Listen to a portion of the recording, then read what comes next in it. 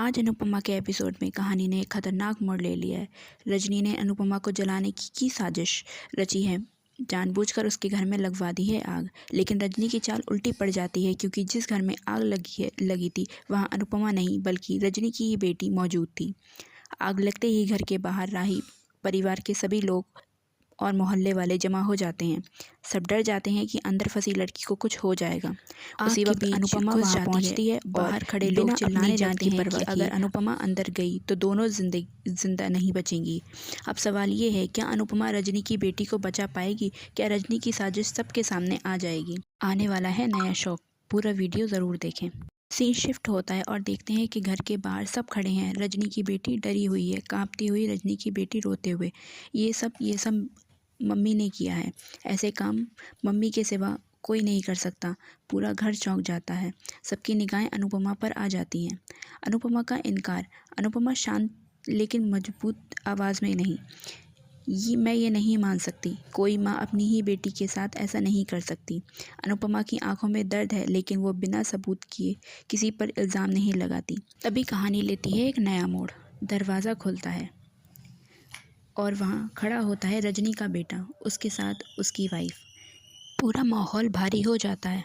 तभी रजनी का बेटा कांपती आवाज़ में, बस अब मैं और नहीं, मैं ये बोझ और नहीं उठा सकता।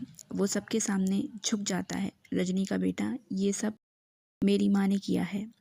आग लगवाने की साजिश। घर में सन्नाटा छा जाता है। रजनी का बेटा रोते हुए, और मैं भी शामिल था। सब लोग चौंक जाते हैं। वो आगे कहता है, मुझे नहीं पता था कि मम्मी किसी को जलाने की साजिश कर रही है। वो अनुपमा के सामने हाथ जोड़ता है। रजनी का बेटा, अनुपमा जी, मुझसे बहुत बड़ी गलती हो गई, कृपया मुझे माफ़ कर दीजिए। बहू भी रोते हुए सिर झुका लेती है। कह रही है कि मैंने बहुत किया अपने ससुराल वालों के लिए। मुझे नहीं पता था कि बहू कितना भी कर ले किसी अपने ससुराल के लिए, मगर वो लोग कभी उसे अपना नहीं मानते। अब मैं खुद आपसे कहती हूँ कि आप उनकी ईंट से ईंट बजा दीजिए। क्या लगता है कि रजनी के बेटे को माफ़ करेगी अनुपमा? गलती तो आखिर उसकी भी थी।